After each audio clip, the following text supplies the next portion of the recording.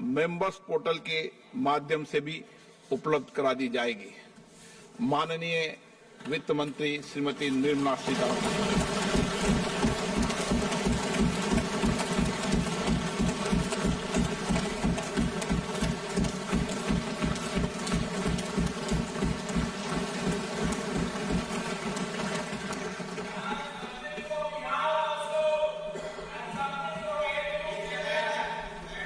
Honourable Speaker, I present the budget for 24-25. Introduction. The people of India have reposed their faith in the government led by Honourable Prime Minister Shri Narendra Modi and re-elected it for a historic third term under his leadership.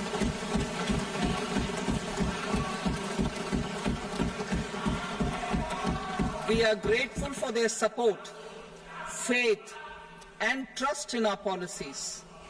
We are determined to ensure that all Indians, regardless of religion, caste, gender, and age, make substantial progress in realizing their life goals and aspirations. Global context. The global economy, while performing better than expected, is still in the grip of policy uncertainties.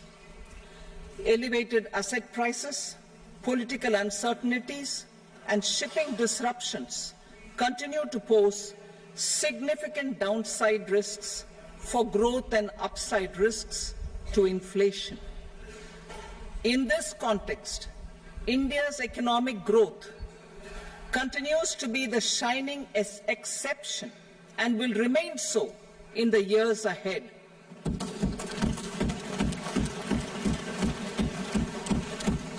India's inflation continues to be low, stable, and moving towards the 4% target.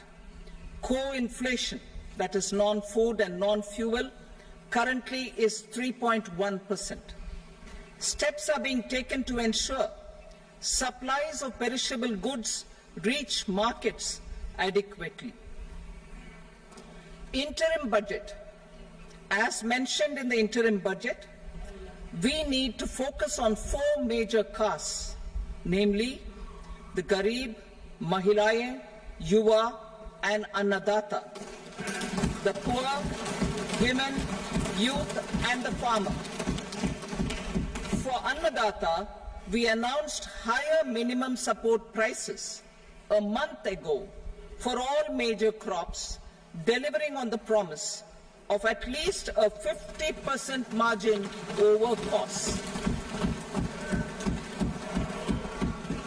Pradhan Mantri Garib Kalyan Anna Yojana was extended for 5 years, benefiting more than 80 crore people. Administrative actions for approval and implementation of various schemes announced in the interim budget are well underway. The required allocations have been made. Budget theme. Turning attention to the full year and beyond in this budget, we particularly focus on employment, skilling, MSMEs, and the middle class. I am happy to announce the Prime Minister's package of 5 schemes and initiatives to facilitate employment, skilling, and other opportunities for 4.1 crore youth over a 5-year period, with a central outlay of 2 lakh crore rupees. I will speak about them shortly, while more details may be seen in the annexure. This year, I've made a provision of 1.48 lakh rupees, 1.48 lakh crore rupees for education, employment, and skilling. Budget priorities. The people have given a unique opportunity to our government to take the country on the path of strong development and an all-round prosperity. In the interim budget, we promise to present a detailed roadmap for our pursuit of Vikasit Bharat. In line with the strategy set out in the interim budget, this budget envisages sustained efforts on the following 9 priorities for generating ample opportunities for all. Number 1, productivity and resilience in agriculture. Number 2, employment and skilling. Number 3, inclusive human resource development and social justice. 4, manufacturing and services. 5, urban development. 6, energy security. 7, infrastructure. 8, innovation, research and development. And 9, next generation reforms. Subsequent budgets will build on these and add more priorities and actions. A more detailed formulation will be carried out as part of the economic policy framework about which I will speak later in this speech. This budget details some of the specific actions to be initiated in the current year towards fulfillment of these priorities, with potential for transformative changes.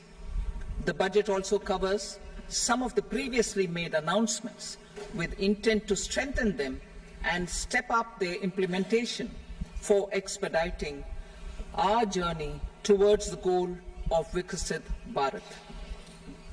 Priority 1, productivity and resilience in agriculture.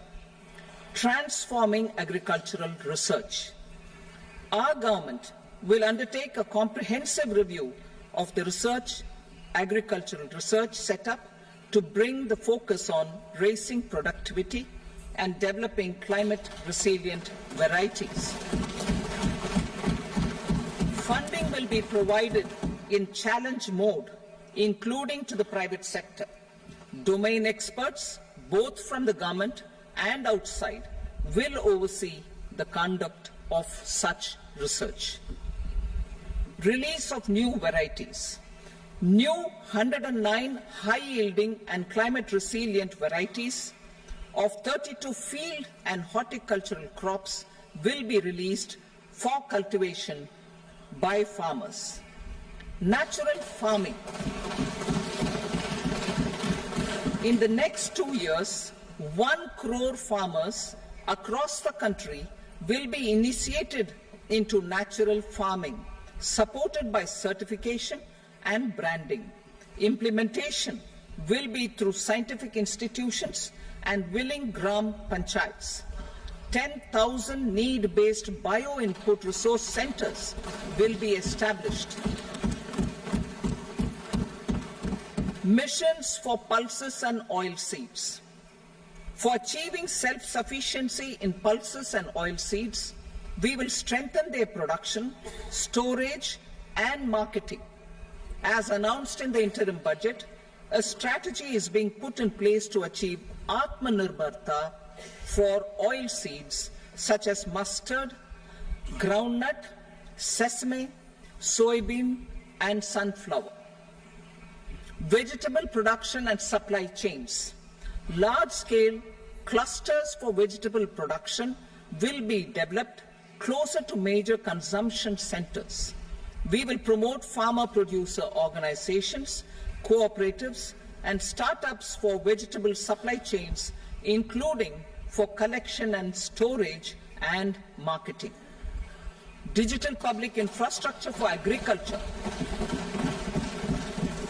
Buoyed by the success of the pilot project, our government, in partnership with the states, will facilitate the implementation of the digital public infrastructure in agriculture for coverage of farmers and their lands in 3 years. During this year, digital crop survey for Kharif using the DPI will be taken up in 400 districts. The details of 6 crore farmers and their lands will be brought into the farmer and land registries. Further, the issuance of Jan Samarth based Kisan credit cards will be enabled in 5 states. Shrimp production and export. Financial support for setting up a network of nucleus breeding centers for shrimp brood stocks will be provided. Financing for shrimp farming, processing and export will be facilitated through NABARD. National cooperation policy. Our government will bring out a national cooperation policy for systematic, orderly and all-round development of the cooperative sector, fast-tracking growth of rural economy and generation of employment opportunities on a large scale will be the policy goal. This year, I have made a provision of 1.52 lakh crore rupees for agriculture and allied sectors.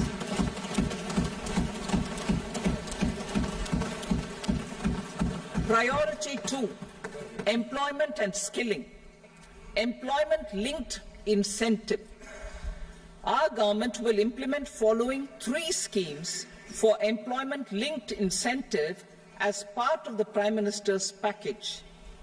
These will be based on enrollment in the EPFO and focus on recognition of first-time employees and support to employees and employers.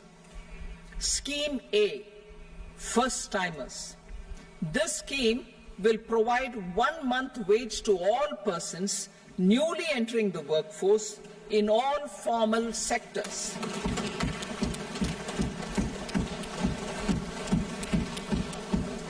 Direct benefit transfer of 1 month's salary in 3 installments to first-time employees as registered in the EPFO will be up to 15,000 rupees.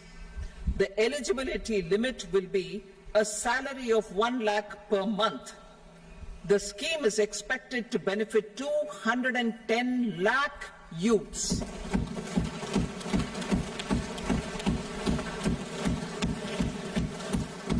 Scheme B, job creation in manufacturing.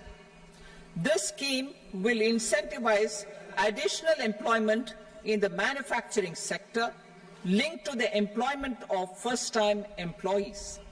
An incentive will be provided at specified scale directly both to the employee and the employer with respect to the EPFO contribution in the first 4 years of employment.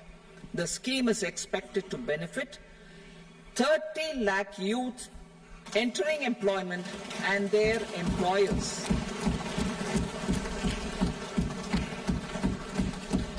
Scheme C, support to employers. This employer-focused scheme will cover additional employment in all sectors. All additional employment within a salary of 1 lakh rupee per month will be counted. The government will reimburse to employers up to 3,000 rupees per month for 2 years towards the EPFO contribution for each additional employee. The scheme is expected to incentivize additional employment of 50 lakh persons.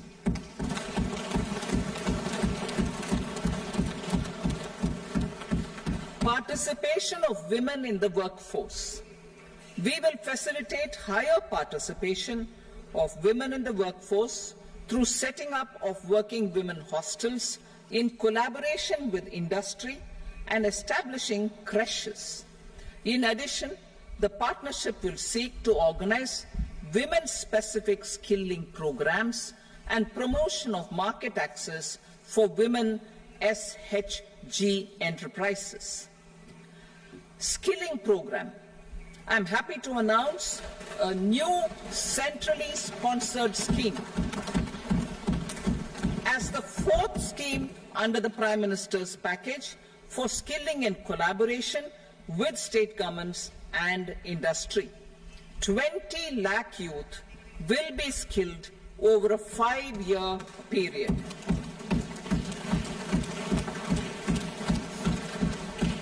1,000 industrial training institutes will be upgraded in hub and spoke arrangements with outcome orientation. Course content and design will be aligned to the skill needs of industry, and new courses will be introduced for emerging needs. Skilling loans. The model skill loan scheme will be revised to facilitate loans up to 7.5 lakh rupees with a guarantee from a government-promoted fund. This measure is expected to help 25,000 students every year.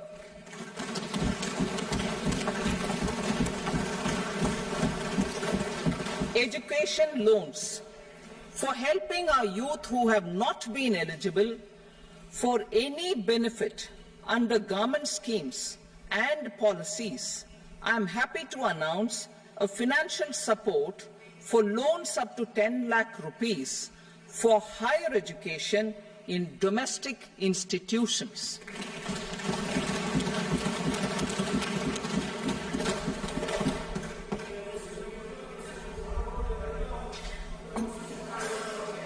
E-vouchers for this purpose. E-vouchers for this purpose will be given directly to 1 lakh students every year for annual interest subvention of 3% of the loan amount. Priority 3, inclusive human resource development and social justice. Saturation approach. Our government is committed to all-round, all-pervasive and all-inclusive development of people, particularly farmers, youth, women and the poor. For achieving social justice comprehensively, the saturation approach of covering all eligible people through various programs, including those for education and health, will be adopted to empower them by improving their capabilities. Implementation of schemes meant for supporting economic activities by craftsmen, artisans, self-help groups, scheduled caste, scheduled tribe, and women entrepreneurs and street vendors such as the PM Vishwakarma, PM Swanidhi, National Livelihood Missions, and Stand Up India will be stepped up. Purvodaya. The states in the eastern part of the country are rich in endowments and have strong cultural traditions. We will formulate a plan, Purvodaya, for the all-round development of the eastern region of the country, covering Bihar, Jharkhand, West Bengal, Odisha, and Andhra Pradesh. This will cover human resource development, infrastructure, and generation of economic opportunities to make the region an engine to attain Vikasit Bharat. On the Amritsar-Kolkata Industrial Corridor, we will support development of an industrial node at Gaya. This corridor will catalyze industrial development of the eastern region. The industrial node at Gaya will also be a good model for developing our ancient centers of cultural importance into future centers of modern economy. This model shall showcase Vikas B, Virasat B in our growth trajectory. We will also support development of road connectivity projects, namely 1. Patna-Purnia Expressway, 2. Buxar-Bhagalpur Expressway, 3. Bodh Gaya, Rajgir, Vaishali and Darbhanga spurs, and 4. Additional 2-lane bridge over River Ganga at Buxar at a total cost of 26,000 crore rupees.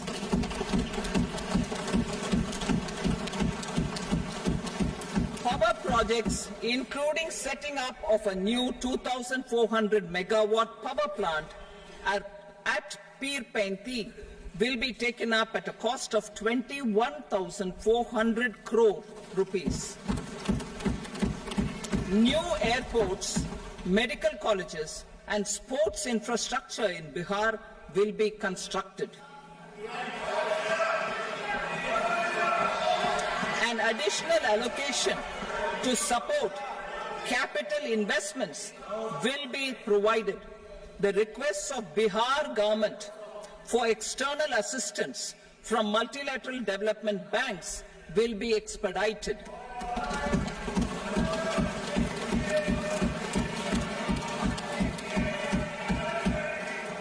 Andhra Pradesh Reorganization Act. Our government has made concerted efforts to fulfill the commitments in Andhra Pradesh Reorganization Act. Recognizing the state's need for the capital, recognizing the state's need for a capital, we will facilitate special financial support through multilateral development agencies. In the current financial year, 15,000 crore rupees will be arranged with additional amounts in future years.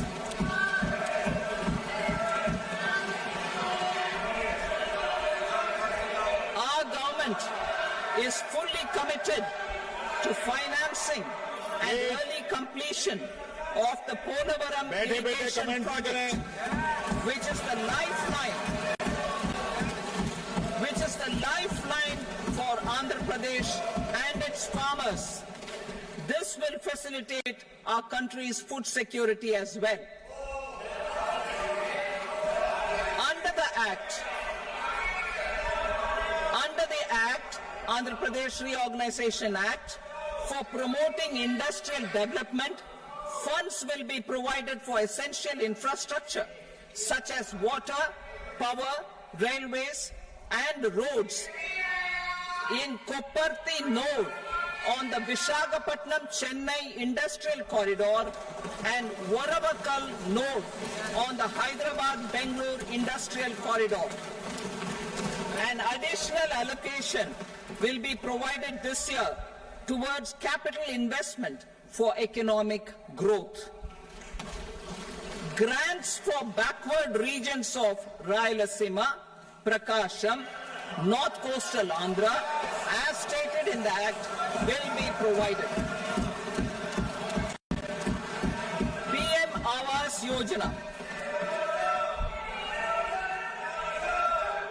3 crore additional houses under the PM Awas Yojana in rural and urban areas in the country have been announced, for which the necessary allocations are being made. Women-led development. For promoting women-led development, the budget carries an allocation of more than 3 lakh crore for schemes benefiting women and girls. This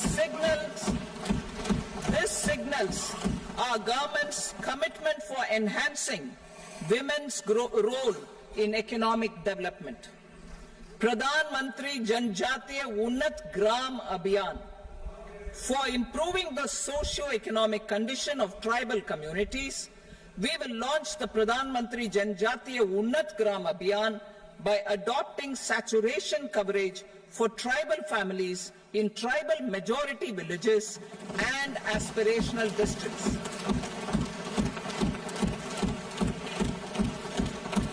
This will cover 63,000 villages, benefiting 5 crore tribal people.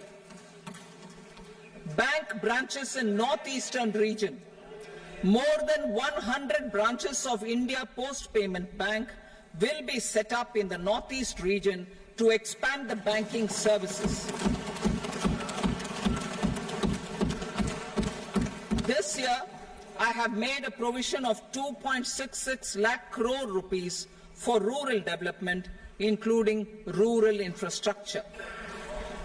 Priority 4, manufacturing and services support for promotion of MSMEs. This budget provides special attention to MSMEs and manufacturing, particularly labor-intensive manufacturing. We have formulated a package covering financing, regulatory changes, and technology support for MSMEs to help them grow and also compete globally, as mentioned in the interim budget. I am happy to announce the following specific measures. Credit guarantee scheme for MSMEs in the manufacturing sector.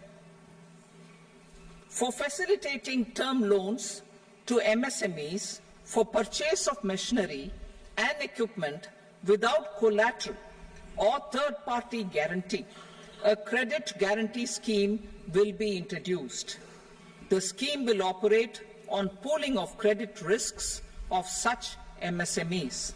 A separately constituted self-financing guarantee fund will provide to each applicant guarantee cover up to 100 crore rupees, while the loan amount may be larger.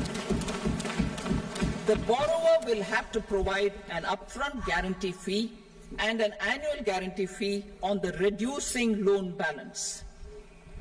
New assessment model for MSME credit.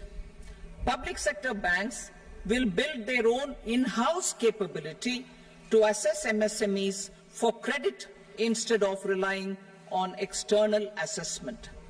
They will also take a lead in developing or getting developed a new credit assessment model based on the scoring of digital footprints of the MSMEs in the economy. This is expected to be a significant improvement over the traditional assessment of credit eligibility based only on asset or turnover criteria. That will also cover MSMEs without a formal accounting system. Credit support to MSMEs during stress period. I'm happy to announce a new mechanism for facilitating continuation of bank credit to MSMEs during their stress period while being in special mention account, SMA stage, for reasons beyond their control. MSMEs need credit to continue their business and to avoid getting into the NPA stage. Credit availability will be supported through a guarantee from a government-promoted fund. Mudra loans. The limit of Mudra loans will be enhanced to 20 lakh from the current 10 lakh for those entrepreneurs who have availed and successfully repaid previous loans under the Tarun category. Enhanced scope for mandatory onboarding in TREDS. For facilitating MSMEs to unlock their working capital by converting their trade receivables into cash, I propose to reduce the turnover threshold of buyers for mandatory onboarding on the TREDS platform from rupees 500 crore to 250 crore rupees.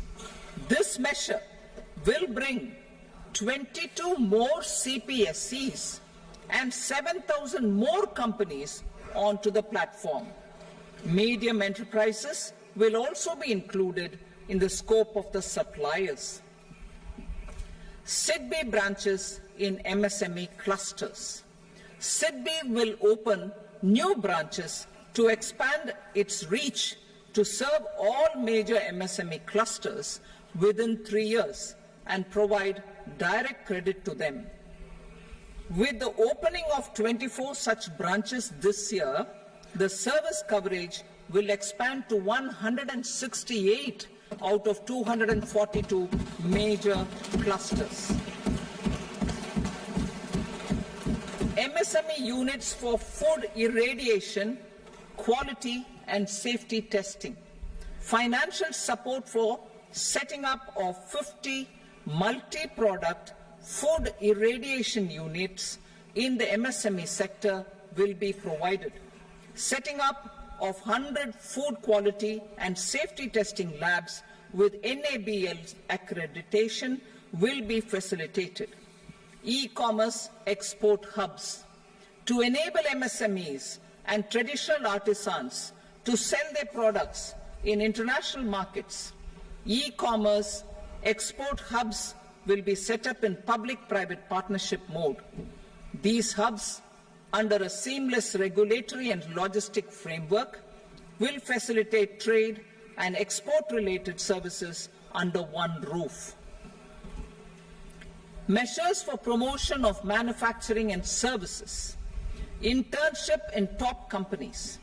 As the fifth scheme under Prime Minister's package, our government will launch a comprehensive scheme for providing internship opportunities in 500 top companies to 1 crore youth in 5 years. They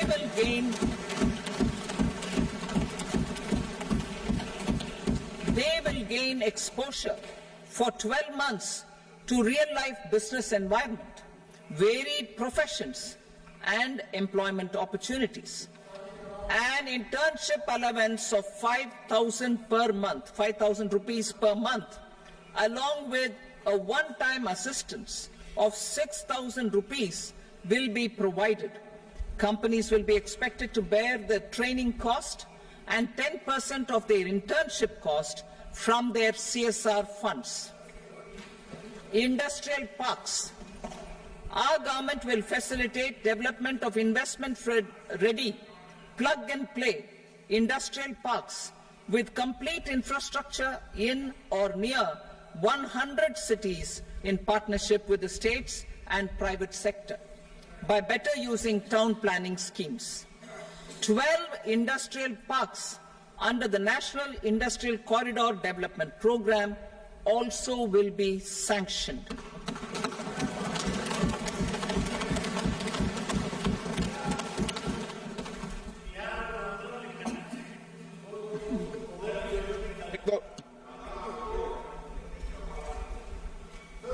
Veggie paper, no. Please, Patty.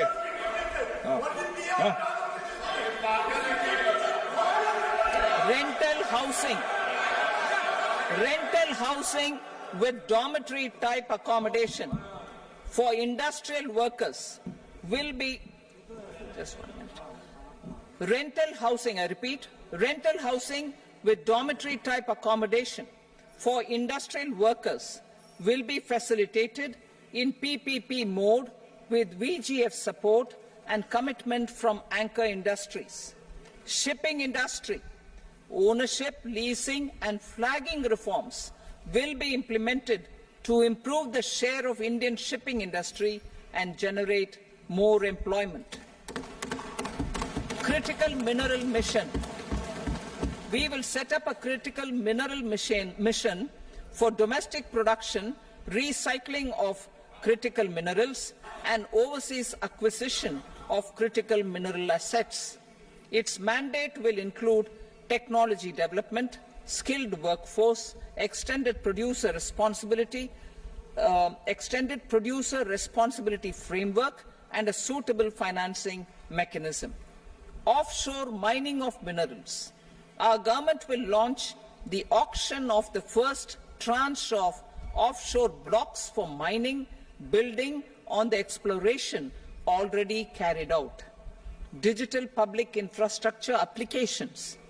Turning to the services sector, I propose development of DPI applications at population scale for productivity gains, business opportunities and innovation by the private sector. These are planned in the areas of credit, e-commerce, education, health, law and justice, logistics, MSME service delivery and urban governance.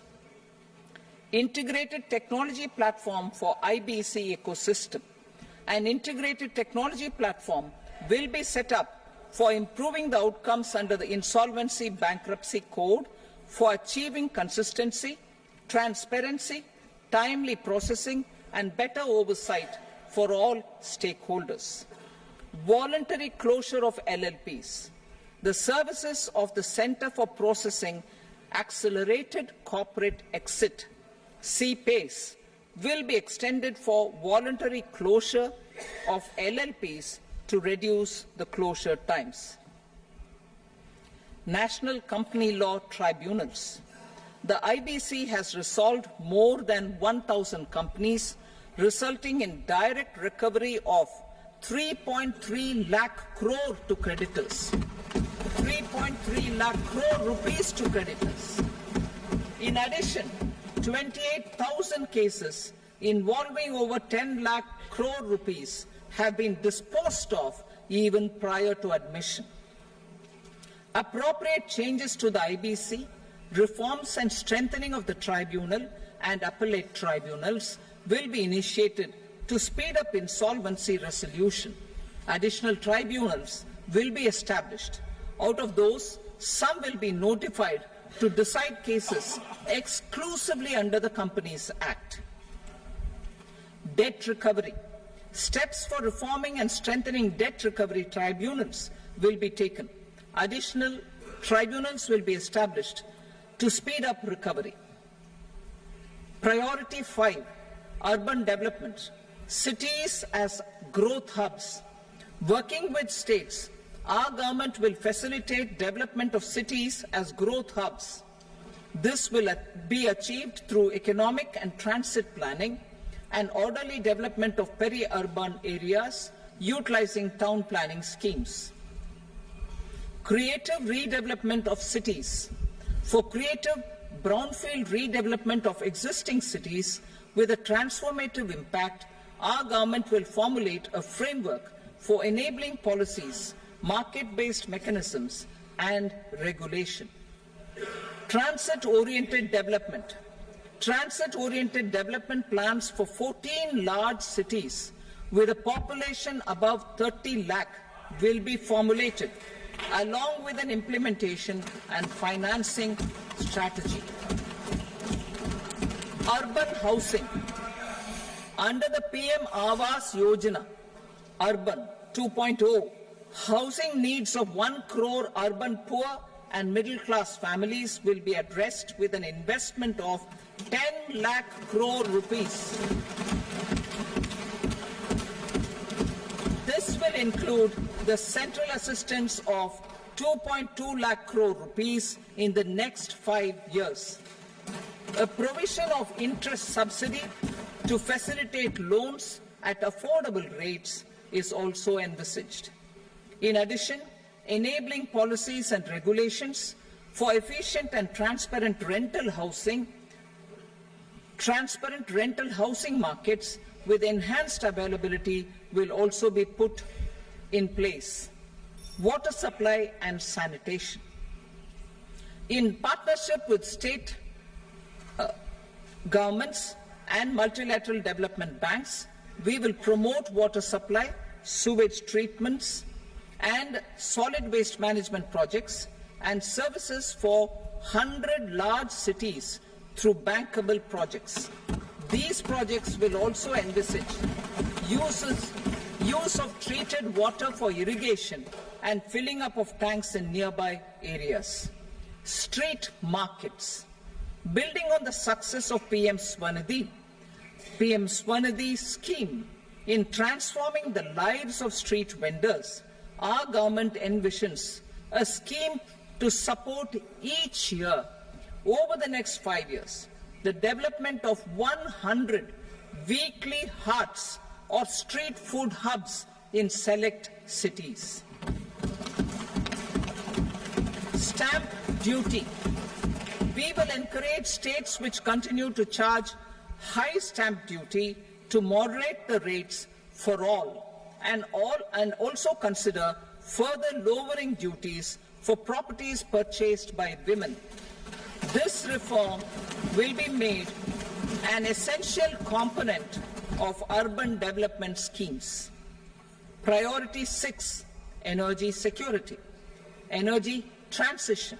In the interim budget, I had announced our strategy to sustain high and more resource-efficient economic growth, along with the energy security in terms of availability, accessibility, and affordability. We will bring out a policy document on appropriate energy transition pathways that balances the imperatives of employment, growth and environmental sustainability. PM Surya Ghar Muft Bijli Yojana. PM Surya Ghar Muft Bijli Yojana. In line with the announcement in the interim budget,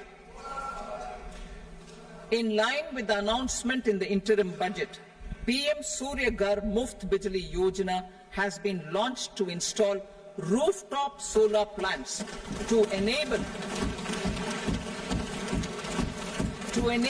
1 crore households obtain free electricity up to 300 units every month.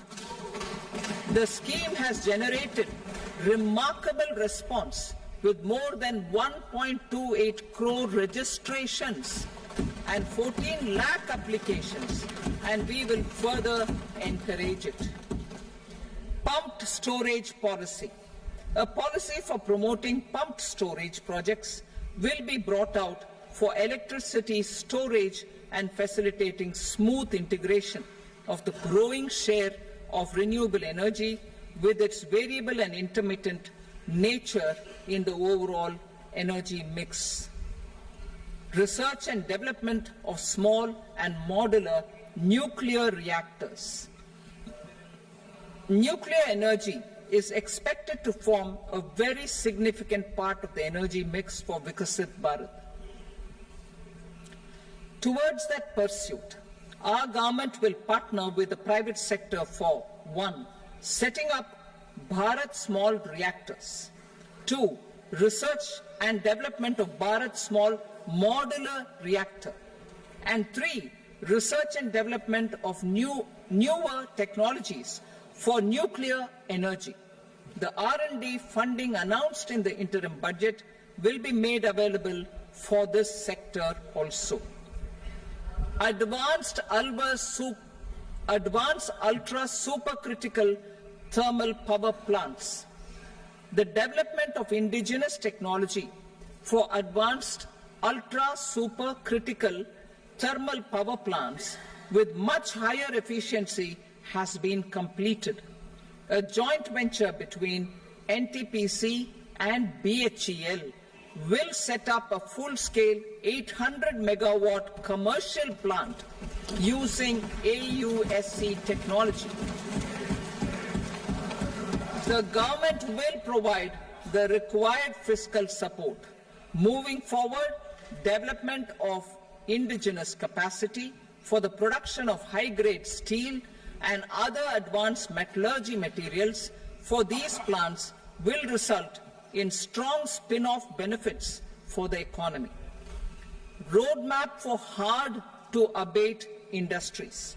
A roadmap for moving the hard-to-abate industries from energy efficiency targets to emission targets will be formulated. Appropriate regulations for transition of these industries from the current perform, achieve and trade mode to Indian carbon market mode will be put in place. Support to traditional micro and small industries. An investment-grade energy audit of traditional micro and small industries in 60 clusters, including brass and ceramic, will be facilitated. Financial support will be provided for shifting them to cleaner forms of energy and implementation of energy efficiency measures. The scheme will be replicated in another 100 clusters in the next phase. Priority 7, infrastructure investment by central government. Significant investment the central government has made over the years in building and improving infrastructure has had a strong multiplier effect on the economy. We will endeavour to maintain strong fiscal support for infrastructure over the next 5 years in conjunction with imperatives of other priorities and fiscal consolidation. This year, I have provided 11,11,111 crore rupees for capital expenditure. This would be 3.4% of our GDP. Infrastructure investment by state governments. We will encourage states to provide support of similar scale for infrastructure, subject to their development priorities. A provision of 1.5 lakh crore rupees for long-term interest-free loans have been made this year also to support the states in their resource allocation. Private investment in infrastructure. Investment in infrastructure by private sector will be promoted through viability gap funding and enabling policies and regulations. A market-based financing framework will be brought out. Pradhan Mantri Gram Sadak Yojana, Phase 4 of the PMGSY will be launched to provide all-weather connectivity to 25,000 rural habitations, which have become eligible in view of their population increase. Irrigation and flood mitigation. Bihar has frequently suffered from floods, many of them originating outside the country. Plans to build flood control structures in Nepal are yet to progress. Our government, through the Accelerated Irrigation Benefit Program and other sources, will provide financial support for projects with estimated cost of 11,500 crore rupees, such as the Kosi-Michi intra-state link and 20 other ongoing and new schemes, including barrages, river pollution abatement and irrigation projects. In addition, survey and investigation of Kosi-related flood mitigation and irrigation projects will be undertaken.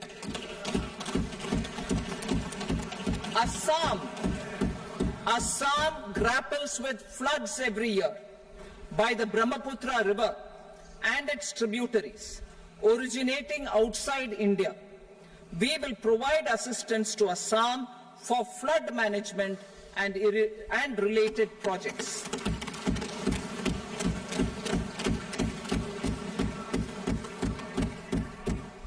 Himachal Pradesh suffered extensive losses due to floods last year. Our government will provide assistance to the state for reconstruction and rehabilitation through multilateral development assistance.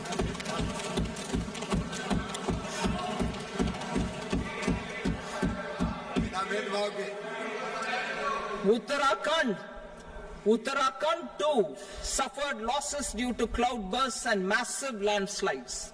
We will provide assistance to the state. Recently, Sikkim witnessed devastating flash floods and landslides that wreaked havoc across the state. Our government will provide assistance to the state.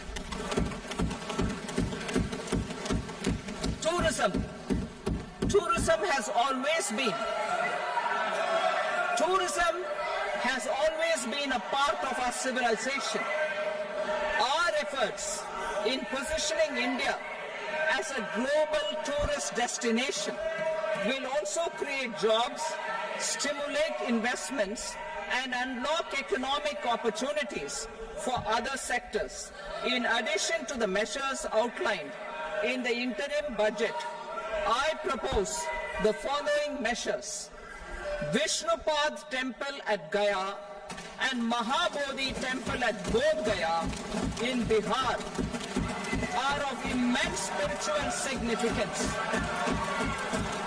Comprehensive development of Vishnupad Temple Corridor and Mahabodhi Temple Corridor will be supported, modeled on the successful Kashi Vishwanath Temple Corridor to transform them into world-class pilgrim and tourist destinations.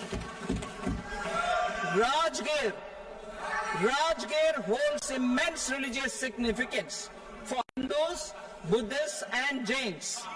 The 20th Tirthankara Muniswarata temple in the Jain temple complex is ancient. The Saptarishi or the 7 hot springs form a warm water Brahmkund that is sacred. A comprehensive development initiative for Rajgir will be undertaken. Our government will support the development of Nalanda as a tourist center, besides reviving Nalanda University to its glorious stature.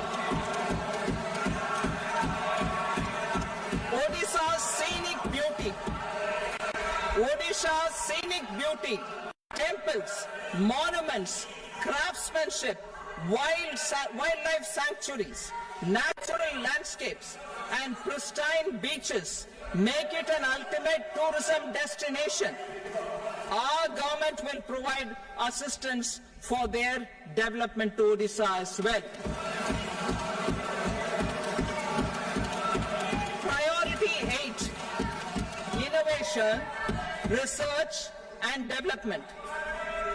We will operationalize the Anusandhan National Research Fund for basic research and prototype development. Further, we will set up a mechanism for spurring private sector driven research and innovation at commercial scale with a financing pool of 1 lakh crore rupees in line with the announcement in the interim budget. Space economy. With our continued emphasis on expanding the space economy by 5 times in the next 10 years, a venture capital fund of 1,000 crore rupees will be set up. Priority 9, next generation reforms. Economic policy framework. We will formulate an economic policy framework to delineate the overarching approach to economic development and set the scope of the next generation of reforms for facilitating employment opportunities and sustaining high growth. Our government will initiate and incentivize reforms for 1. Improving productivity of factors of production, and 2. Facilitating markets and sectors to become more efficient.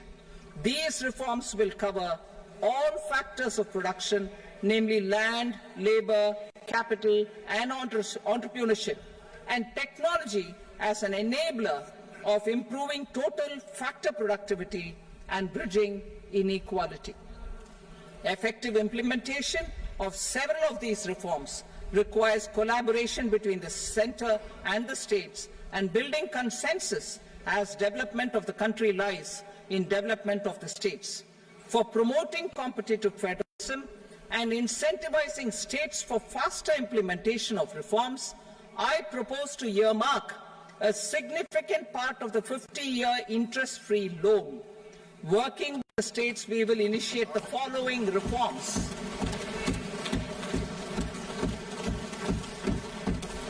Land-related reforms and actions, both in the rural and urban areas, will cover land administration, will cover 1. Land administration, planning and management, and 2.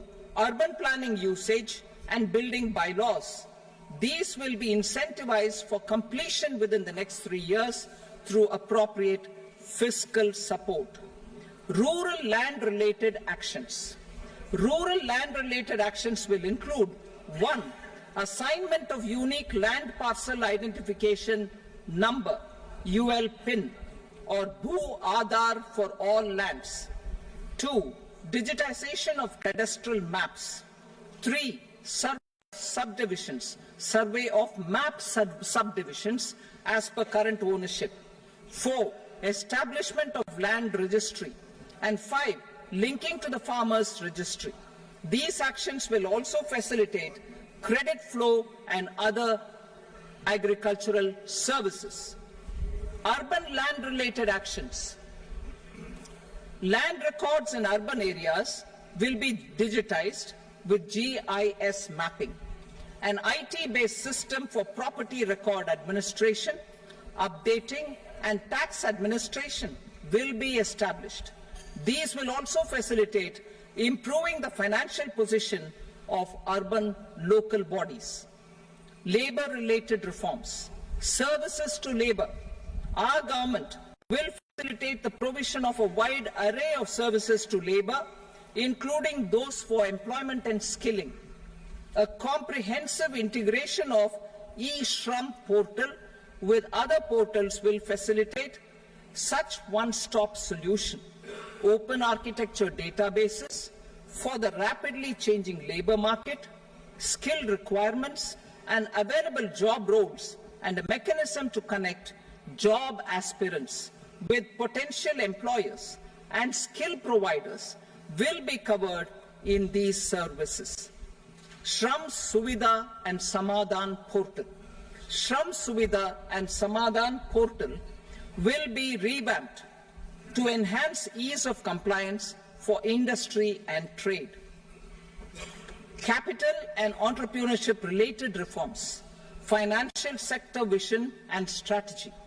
For meeting financing needs of the economy, our government will bring out a financial sector vision and strategy document to prepare the sector in terms of size, capacity and skills.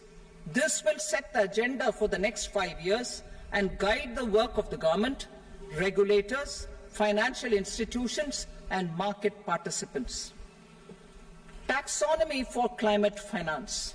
We will develop taxonomy for climate finance for enhancing the availability of capital for climate adaptation and mitigation. This will support achievement of the country's climate commitments and green transition.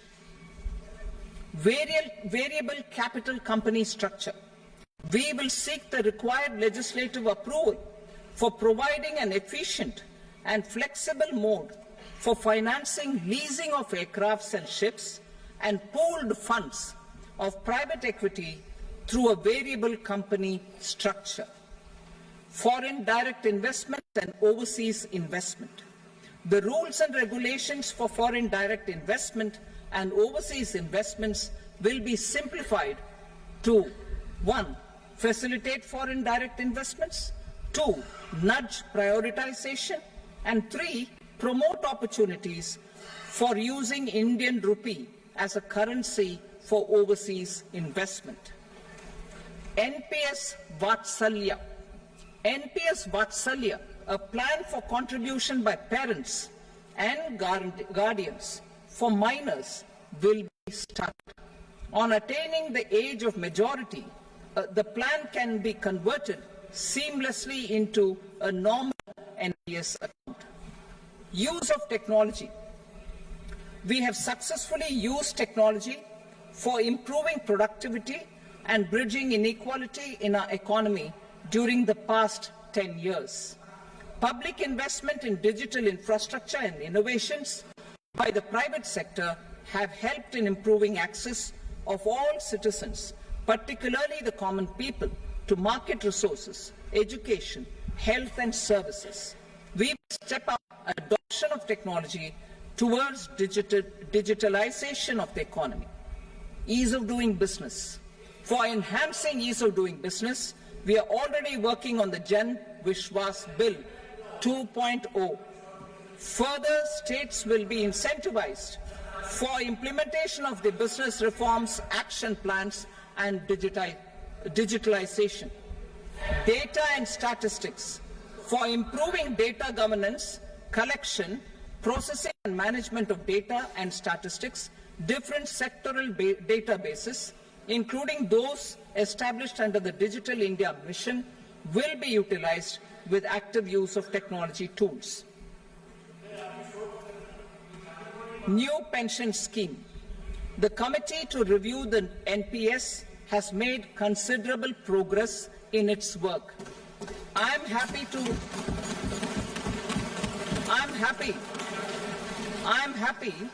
that the staff side of the National Council of the Joint Consultative Machinery for Central Government Employees has taken a constructive approach. A solution will be evolved which addresses the relevant issues while maintaining fiscal prudence to protect the common citizens. Budget estimates for 24-25. For the year 24-25, total receipts other than borrowings and the total expenditure are estimated at 32.07 lakh crore rupees and 48.21 lakh crore rupees respectively. The net tax receipts are estimated at 25.83 lakh crore rupees. The fiscal deficit is estimated at 4.9% of the GDP. The gross and the net market borrowings through dated securities during 24-25 are estimated at 14.01 lakh crore rupees and 11.63 lakh crore rupees respectively. Both will be less than that in 23-24. The fiscal consolidation path announced by me in 2021 has served our economy very well, and we aim to reach the deficit below 4.5% next year. The government is committed to staying the course. From 2026-27 onwards, our endeavour will be to keep the fiscal deficit each year such that the central government's debt will be on a declining path as percentage of GDP. I will now move to Part B.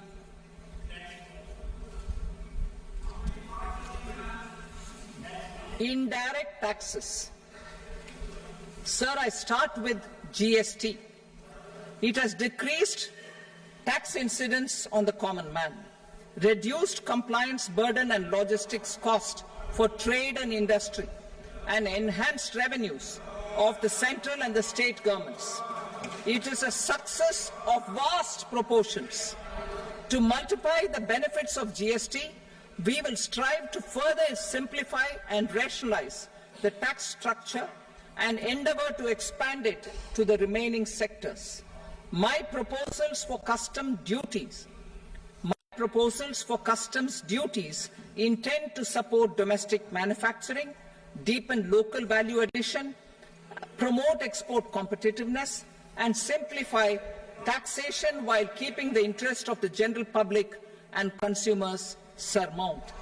In Budget 22-23, we reduced the number of customs duty rates. I propose to undertake a comprehensive review of the rate structure over the next 6 months to rationalize and simplify it for ease of trade, removal of duty inversion, and reduction of disputes. I shall now take up sector-specific customs duty proposals. Medicine and medical equipments. To provide relief to cancer patients, I propose to fully exempt 3 more medicines from customs duties.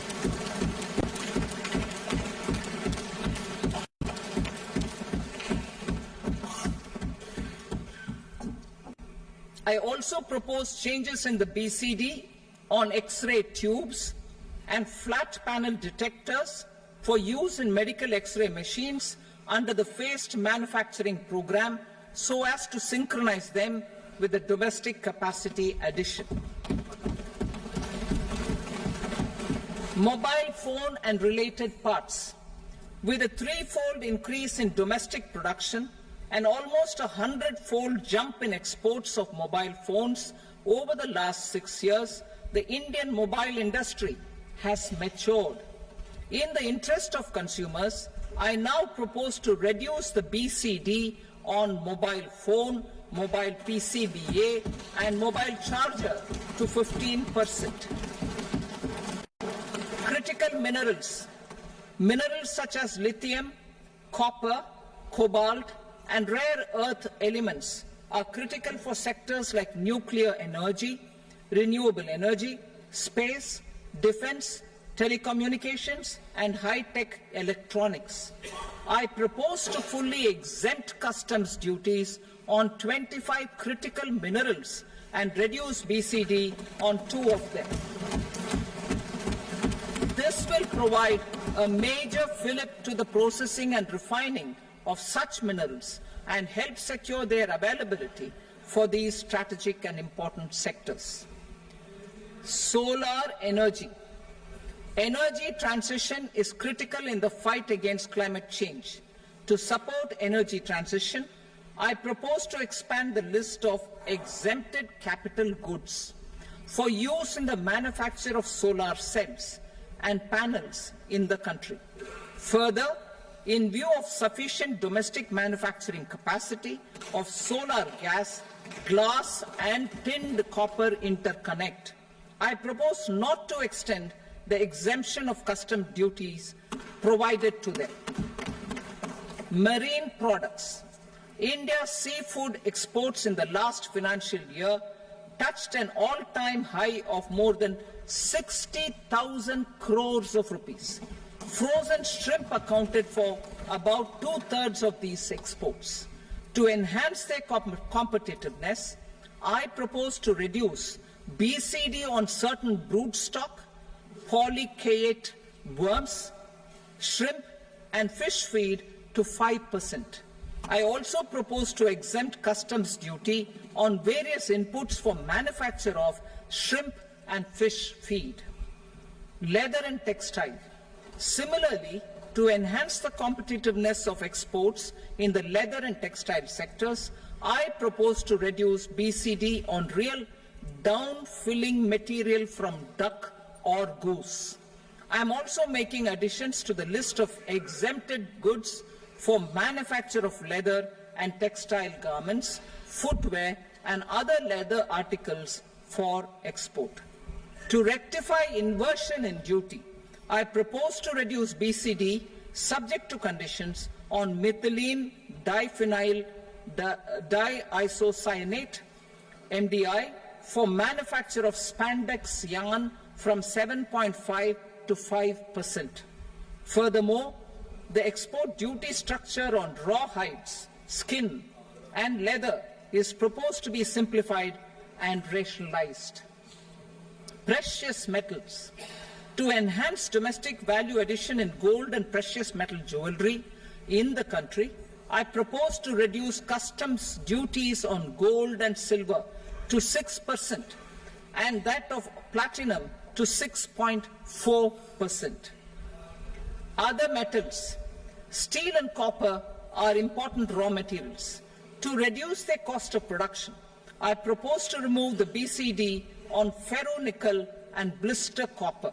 I am also continuing with nil BCD on ferrous scrap and nickel cathode and concessional BCD of 2.5% on copper scrap.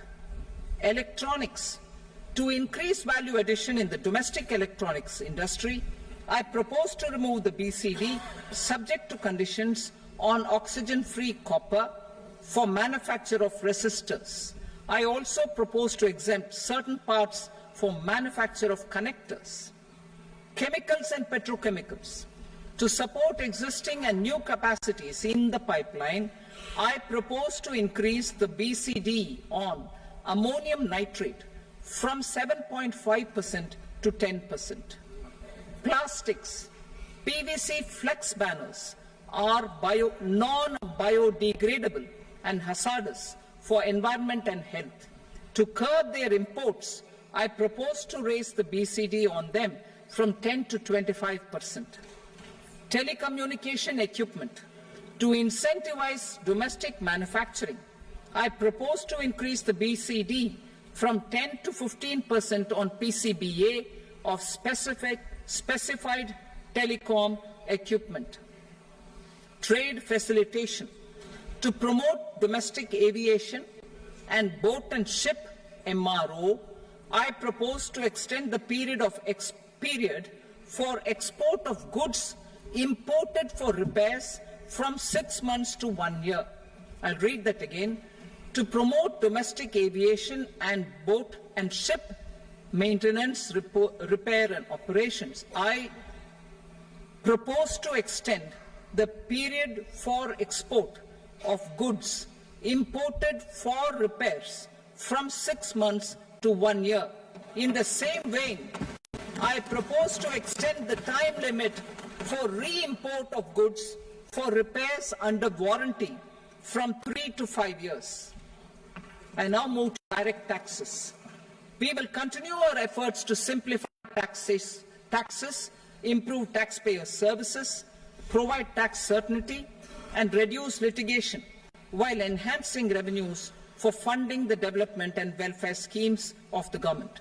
It has been our endeavour to simplify taxation. We have taken a number of measures in the last few years, including introduction of simplified tax regimes without exemptions and deductions for corporate tax and for personal income tax. This has been appreciated by taxpayers.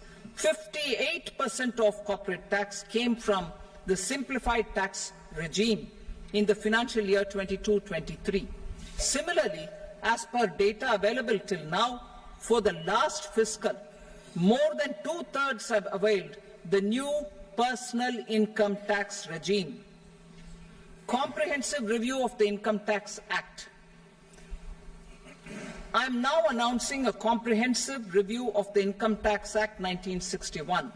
The purpose is to make the Act concise, lucid, easy to read and understand.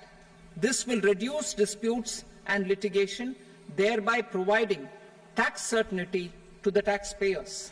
I will also bring down the demand embroiled in litigation. It is proposed to be completed in 6 months. A beginning is being made in the Finance Bill by simplifying the tax regime for charities, tedious rate structures, provisions of reassessment and such provisions, and capital gains taxation. Simplification for charities and tedious. Two tax exemption regimes. The two tax exemption regimes for charities are proposed to be merged into one. The 5% TDS rate on many payments is being merged into the 2% TDS rate, and the 20% TDS rate on repurchase of units by mutual funds or UTI is being withdrawn. TDS rate on e-commerce operators is proposed to be reduced from 1 to 0.1%. Moreover, credit of TCS is proposed to be given in the TDS to be deducted on salary. Further, I propose to decriminalize delay for payment of TDS up to the due date of filing statement for the same. I also plan to provide a standard operating procedure for TDS defaults and simplify and rationalize the compounding guidelines for such defaults. Simplification of reassessment. I propose to thoroughly simplify the provisions for reopening and reassessment. An assessment hereinafter can be reopened beyond 3 years from the end of the assessment year only if the escaped income is 50 lakh rupees or more, up to a maximum period of 5 years from the end of the assessment year. Even in such cases, a time limit of 6 years before the year of the search, as against the existing time limit of 10 years, is being proposed. This will reduce tax uncertainty and disputes. Simplification and rationalization of capital gains. Capital gains taxation is also proposed to be hugely simplified. Short-term gains on certain financial assets shall henceforth attract a tax rate of 20%, while that on all other financial assets and all non-financial assets shall continue to attract the applicable tax rate. Long-term gains on all financial and non-financial assets, on the other hand, will attract a tax rate of 12.5%. For the benefit of the lower and the middle income classes, I propose to increase the limit of exemption of capital gains on certain financial assets to 1.25 lakh rupees per year. Listed financial assets held for more than a year will be classified as long-term, while unlisted financial assets and all non-financial assets will have to be held for at least 2 years to be classified as long-term. Unlisted bonds and debentures, debt mutual funds, and market-linked debentures, irrespective of holding period, however, will attract tax on capital gains at applicable rates. Taxpayer services. All the major taxpayer services under GST and most services under customs and income tax have been digitalized. All remaining services of customs and income tax, including rectification and order giving effect to appellate orders, shall be digitalized and made paperless over the next 2 years. Litigation and appeals. While our concerted efforts to reduce pendency of appeals at various appellate fora are beginning to show good results, it will continue to engage our highest attention.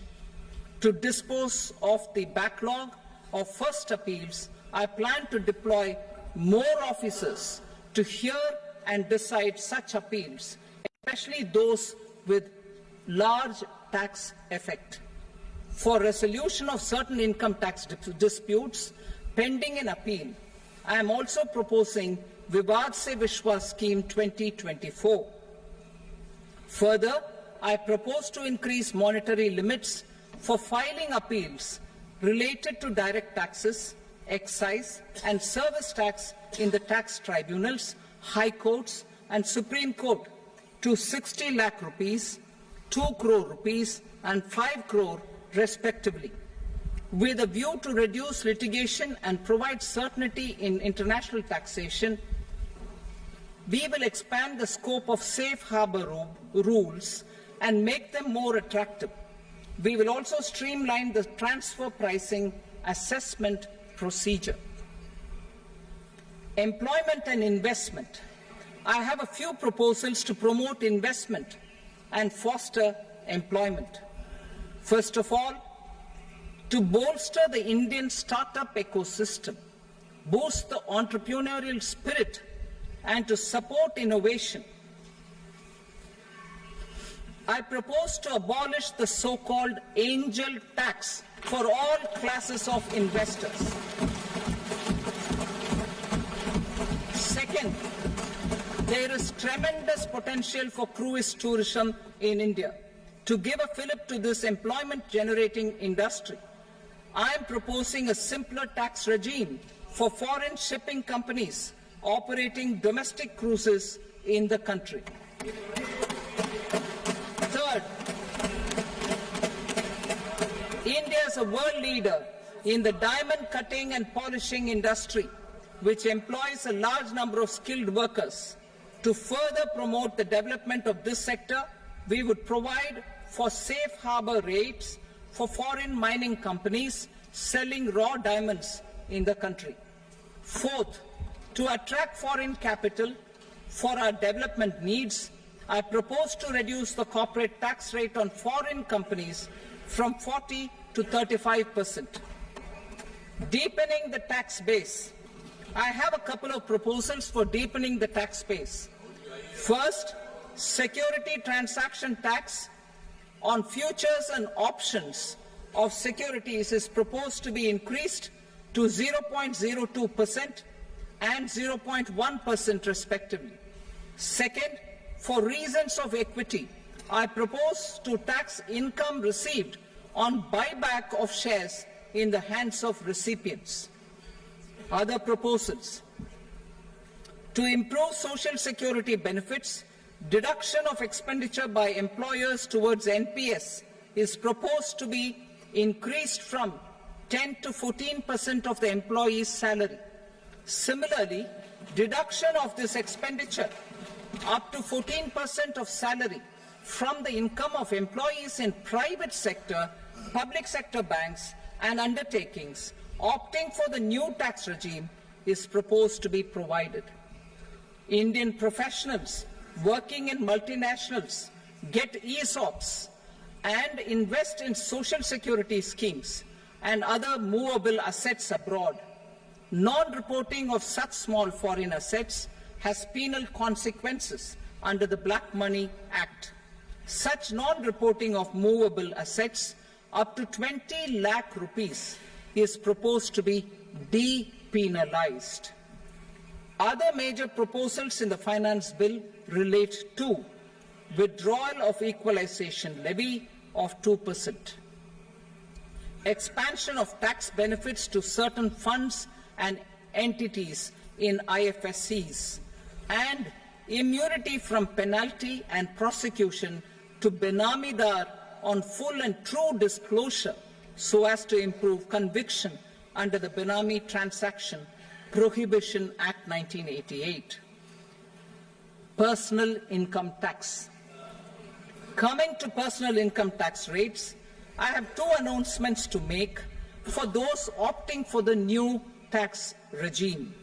First, the standard deduction for salaried employees is proposed to be increased from 50,000 to 75,000 rupees.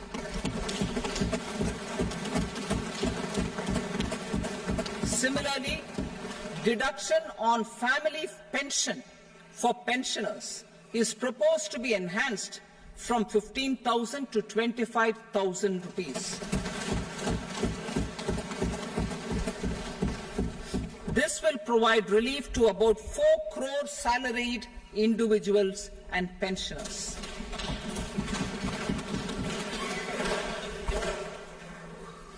Second, in the new tax regime, the tax rate structure is proposed to be revised as follows: 0 to 3 lakh rupees, nil; 3 to 7 lakh rupees, 5%; 7 to 10 lakh rupees, 10%; 10 to 12 lakh rupees, 15%; 12 to 15 lakh rupees, 20%; and above 15 lakh rupees, 30%. As a result of these changes, a salaried employee in the new tax regime stands to save up to 17,500 rupees in income tax.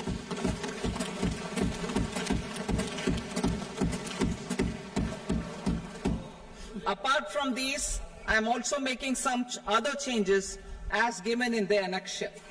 As a result of these proposals, revenue of about 37,000 crore, that is 29,000 crore in direct taxes and 8,000 crore in indirect taxes, will be foregone, while revenue of about 30,000 crore rupees will be additionally mobilized. Thus, the total revenue foregone is about 7,000 crores annually. Mr. Speaker, sir, with this, I commend the budget to this august House. Jai Hind.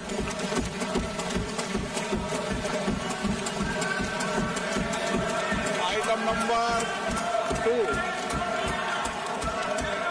Item number 2.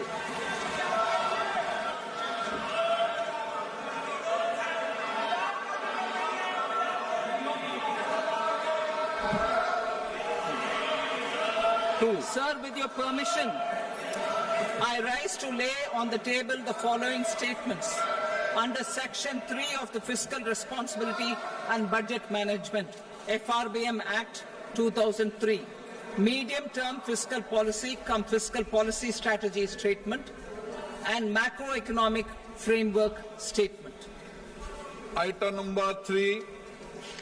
Sir, with your permission, I rise to move for leave to introduce the Finance Number 2 Bill 2024. प्रश्न ये कि विधेयक को पुनर्स्थापित करने की अनुमति प्रदान की जाए। जो सदस्य इसके पक्ष में हाँ कहें, जो सदस्य विरोध में ना कहें, मेरे विचार में निर्णय हाँ वालों के पक्षवा अनुमति प्रदान की जाती है। माननीय मंत्री जी, अब विधेयक पुनर्स्थापित करें। Sir, I introduce the bill. Item number 4. The Union Territory of Jammu and Kashmir budget. Sir, I rise to present a statement, Hindi and English versions, of the estimated receipts and expenditure of the Union Territory of Jammu Kashmir for the year 24-25.